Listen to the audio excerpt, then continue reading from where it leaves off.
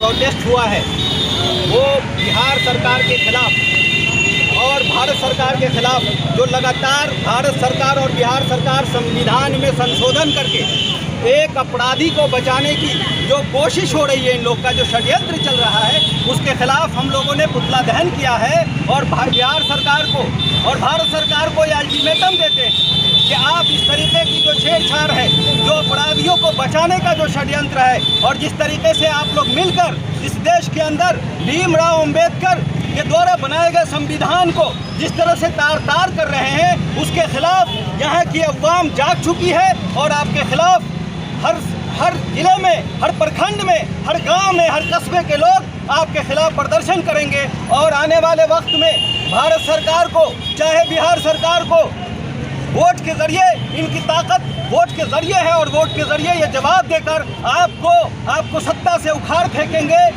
और ये मेन जो मुद्दा था, ये था कि जी कृष्णैया जी को 1992 में जिस तरीके से उनकी हत्या हो गई, निर्मम हत्या की गई, जिसका अभियुक्त आनंद मोहन था। और बिहार सरकार ने 1993 के जेल मैनुअल को चेंज करके और उनको बाहर निकाला है। ये वोट की राजनीति है। और तेजस्वी यादव जो इस वक्त बिहार सरकार में नीतीश कुमार के भागीदार बने हैं, इस पाप के भागीदार अगर कोई बना है तो महागठबंधन के कांग्रेस पार्टी और नीतीश कुमार के जो भागीदार हैं वो मांझी जी हैं। वो भागीदार जो हैं वो आपके तेजस्वी यादव, लालू यादव हैं। आपको ये बात मालूम होगा कि कुछ दिन पहले जब एक माइनॉरिटी के आदमी की कोरोना काल में मौत हो जाती है, साबुद्दीन साहब के, उनकी लाश को बिहार के अंदर लाने नहीं दिया जाता है, यही तेजस्वी यादव और यही मुख्यमंत्री नीतीश कुमार होते हैं। लेकिन एक अपराधी जिसको भारत सरकार कानून में छेड़छाड़ करती है और बिहार सरकार जेल मैनुअल को चेंज करती है, जो अपराधी को सजा हो चुकी है सुप्रीम कोर्ट से, उसको बचाने का काम करती है।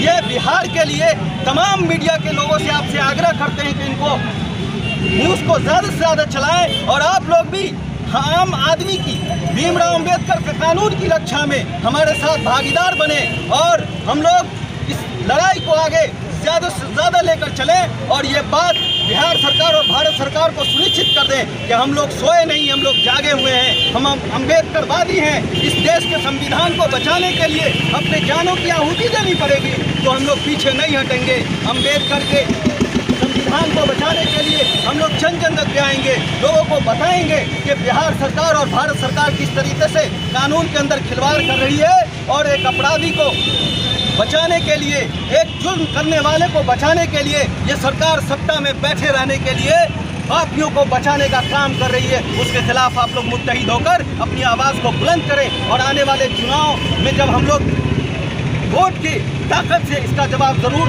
यहाँ की अवाम देगी। और हम लोग भी जाकर उनको बताएंगे कि आपको आपका अधिकार जो वोट है, उसके ज़रिए ये संविधान बदलने वाले को का तख्ता पलट कीजिए और उनको बाहर का रास्ता दिखाइए। मेरा सवाल है कि आज जो परिवार सुप्रीम कोर्ट में जा रहे हैं, क्या दलितों का सहयोग कितना मिलेगा? पीछे से मुझे सवाल है। देखिए, दलित लोगों से हम लोग आग्रह करते हैं कि आप अगर अंबेडकर जी को नहीं पढ़े हैं तो अंबेडकर जी को पढ़ लीजिए।